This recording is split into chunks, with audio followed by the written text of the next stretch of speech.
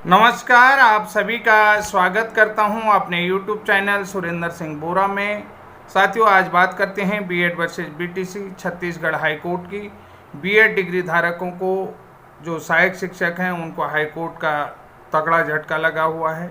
Chhattisgarh high court ने सहायक शिक्षक भर्ती प्रक्रिया में बीएड डिग्री धारकों की नियुक्ति को हाई कोर्ट ने माना नियम विरुद्ध। जिनकी ज्वाइनिंग हो गई है उसे किया निरस्त, सुप्रीम कोर्ट के फैसले को बनाया आधार। तो यानी जो 11 अगस्त 2023 का सुप्रीम कोर्ट का जजमेंट था, जिस जजमेंट को मैं पहले ही कह रहा था कि जिस जजमेंट के तहत जो है कि राज्य के हाई कोर्ट जो है कि बाउंडेड होते हैं, तो उसी बाउंडेड। तो बात करते हैं कि 2 अप्रैल 2024 को छत्तीसगढ़ हाई कोर्ट ने अपना एक महत्वपूर्ण फैसले में बीएड डिग्री धारकों को सहायक शिक्षक भर्ती प्रक्रिया में शामिल होने को नियम विरुद्ध माना है। इस टिप्पणी के साथ ही नियुक्तियां थी उनको भी निरस्त करने का आदेश दिया है। इसके साथ ही बीएड डिग्रीधारी अभ्यर्थियों को पुनरीक्षित सूची बनाने का आदेश जारी किए हैं। राज्य सरकार ने विज्ञापन जारी कर सहायक शिक्षकों के पदों पर बीएड डिग्री को भी मान्यता दी थी, जिसके लिए हाई कोर्ट में याचिका लगाई गई थी। ये केस की डिटेल है कि जहां पर वहां पर सहायक अध्यापकों का जो विज्ञापन आया था उसमें बीएड को भी मान्यता दी गई थी, लेकिन इसमें केस लग गया था। सबसे पहली बात हम बता देते हैं, राज्य सरकार ने 4 मई 2023 को सहायक शिक्षक के पदों के लिए विज्ञापन जारी किया था। जारी विज्ञापन में शैक्षणिक योग्यता में बीएड और डीएड को भी मान्य किया गया था, पर इसके खिलाफ डीएड योग्यताधारियों ने 17 अगस्त 2023 को माननीय हाई कोर्ट में याचिका लगाई थी। बताया कि सुप्रीम कोर्ट के निर्देशानुसार, यानी कि सुप्रीम कोर्ट के निर्देशों के अनुसार सहायक शिक्षक के पदों हेतु केवल डीएड डिग्रीधारी ही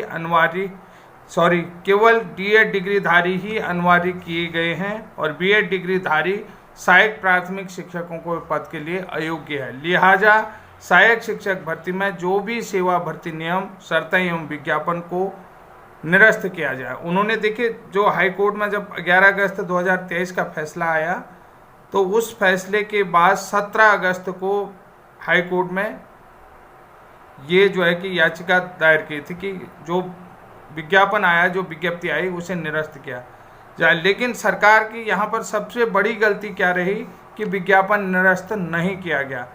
4 मई को देखिए, वहाँ पर जो है कि भूपेंद्र बघेल की सरकार थी, अब सरकार भी बदल गई है। तो यहाँ पर देखना बड़ा दिलचस्प होगा, पहले कांग्रेस की सरकार थी, वर्तमान में अब भाजपा की सरकार है। तो सुनवाई के बाद हाई कोर्ट में बीएड डिग्रीधारी अभ्यर्थियों की पोस्टिंग व चयन हेतु की जा रही काउंसलिंग पर रोक लगा दी थी।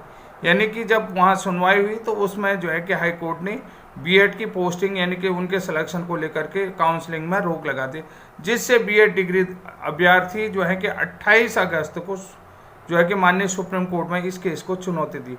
तो सुप्रीम कोर्ट ने अभ्यर्थियों का पक्ष सुनकर काउंसलिंग में बीएड डिग्रीधारी अभ्यर्थियों को शामिल करने व नियुक्ति देने के निर्देश देते हुए अंतरिम राहत प्रदान की थी। साथ में यह भी स्पष्ट कर दिया था कि नियुक्ति एवं चयन हाई कोर्ट के अंतिम निर्णय पर बाधित रहेगी, यानी कि जो हाई कोर्ट का निर्णय होगा उसी पर बाधित रहेगी।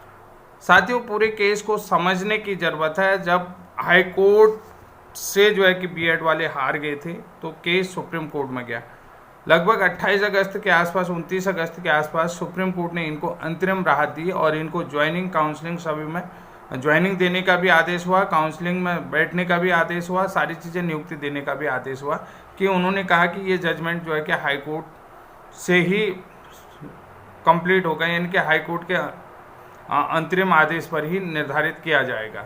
तो आज देखिए मैं आज देखिए यहाँ पर ये कहना चाहूँ, कल जो फैसला आया वो बीएड के अगेंस्ट आया है, तो हाई कोर्ट ने फैसला देते हैं। 29 फरवरी 2024 को मामले में हुई अंतरिम सुनवाई के बाद हाई कोर्ट ने अपना फैसला रिजर्व कर लिया था और 2 अप्रैल यानी कि कल जो है कि अपना फैसला ओपन करते हुए हाई कोर्ट ने बीएड डिग्री को सहायक शिक्षक के पदों के लिए अनुपयुक्त माना, यानी कि अयोग्य माना। तो साथ ही जिन बीएड डिग्रीधारियों अभ्यर्थियों की नियुक्ति हो चुकी है साथ ही जिन बीएड डिग्रीधारियों की अभ्यर्थियों की नियुक्ति हो चुकी है, तो शिक्षकों के पदों पर हो चुकी है, तो उन्हें भी सेवा से पृथक करने के निर्देश जारी किए हैं। साथ ही रिक्त पदों पर, यानी कि जो रिक्त पदों हैं उनमें डीएड डिग्रीधारी अभ्यर्थियों की पुनरीक्षित सूची जारी करने के निर्देश दिए गए हैं, यानी कि डीएड अभ्यर्थियों की। तो यहाँ पर देखिए सबसे बड़ी चीज़ है कि अब मामला जो है कि बड़ा देखने का दिलचस्प होगा। साथियों, सबसे बड़ी बात ये बता देता हूँ, तब रविंद्र चौबे जी शिक्षा मंत्री थे और भूपेंद्र बघेल सरकार में ये विज्ञापन आया। अब इस समय जो है कि बीजेपी की गवर्नमेंट है, विष्णुदेव की सरकार है और माननीय अग्रवाल जी इसमें शिक्षा मंत्री हैं। तो सबसे पहली बात है कि जो विज्ञापन आया है, विज्ञापन जो है कि सुप्रीम कोर्ट के डिसीजन से पहले आया है। और यहाँ पर देखिए डीएड वाले जो है कि हाई कोर्ट कब गए हैं, 17 अगस्त को। कब गए हैं, 17 अगस्त को गए। सुप्रीम कोर्ट के डिसीजन के बाद बीएड के अगेंस्ट जो है कि डीएड वाले गए हैं।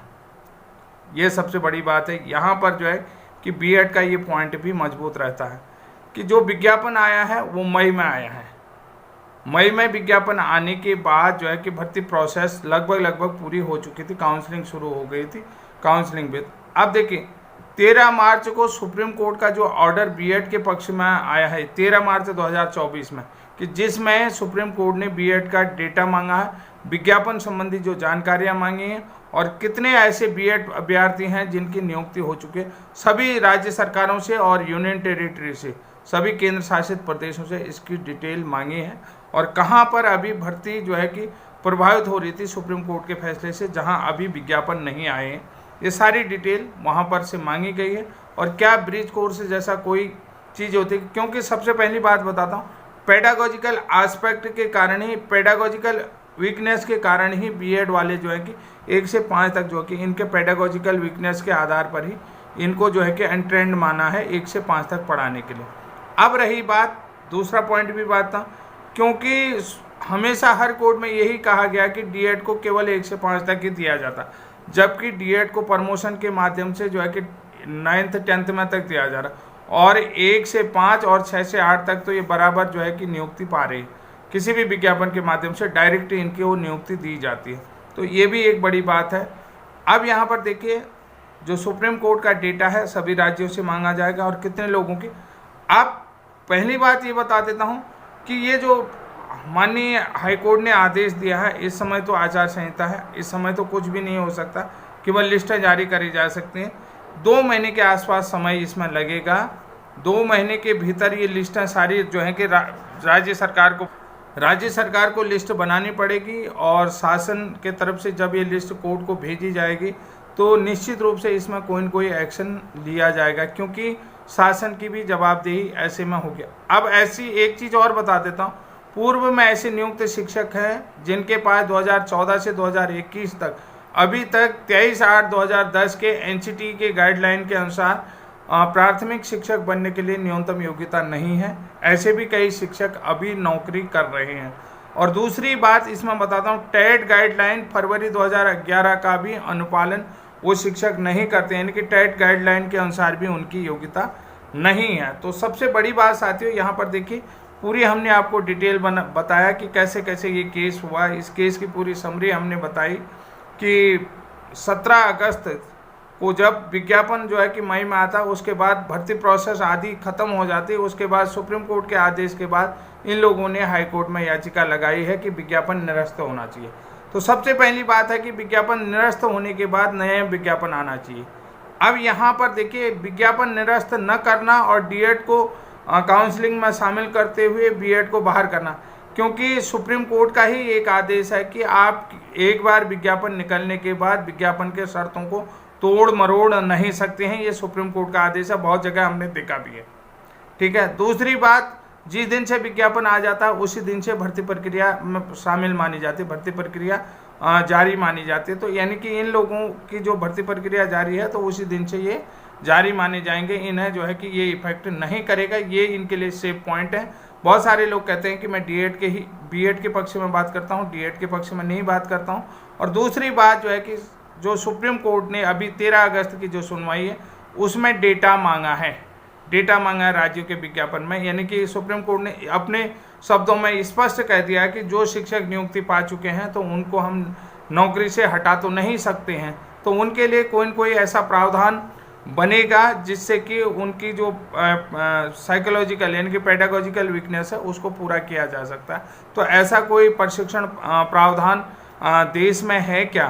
तो ऐसा प्रशिक्षण प्रावधान देखिए बरकतुल्लाह यूनिवर्सिटी में 1991-92 में ही बन चुका था।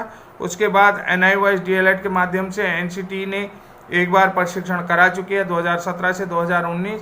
उसके अलावा उत्तर प्रदेश राज्य के अंदर विशिष्ट BTC, उत्तराखंड राज्य के अंतर्गत विशिष्ट BTC, हिमाचल राज्य के अंतर्गत विशिष्ट BTC के तमाम प्रावधान ऐसे रहे हुए हैं जिनके कारण से इन शिक्षकों की नियुक्ति लगभग सेफ बचने वाली है।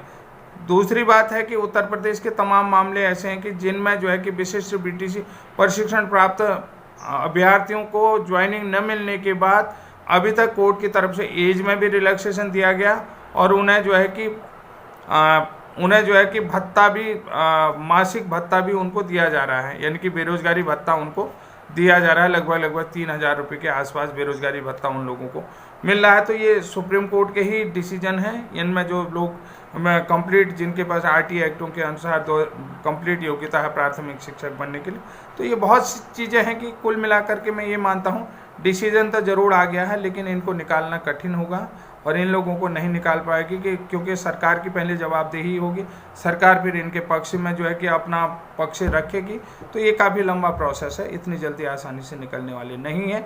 तो आप सभी जो है कि छत्तीसगढ़ के साथियों से कहना चाहूँगा, चिल रहिए, आगे की तैयारी करिए और डोंट वेरी, चिल रहिए, आगे अच्छा वकील रखिए, अच्छी तरीके से अपने केस की पैरवी करिए।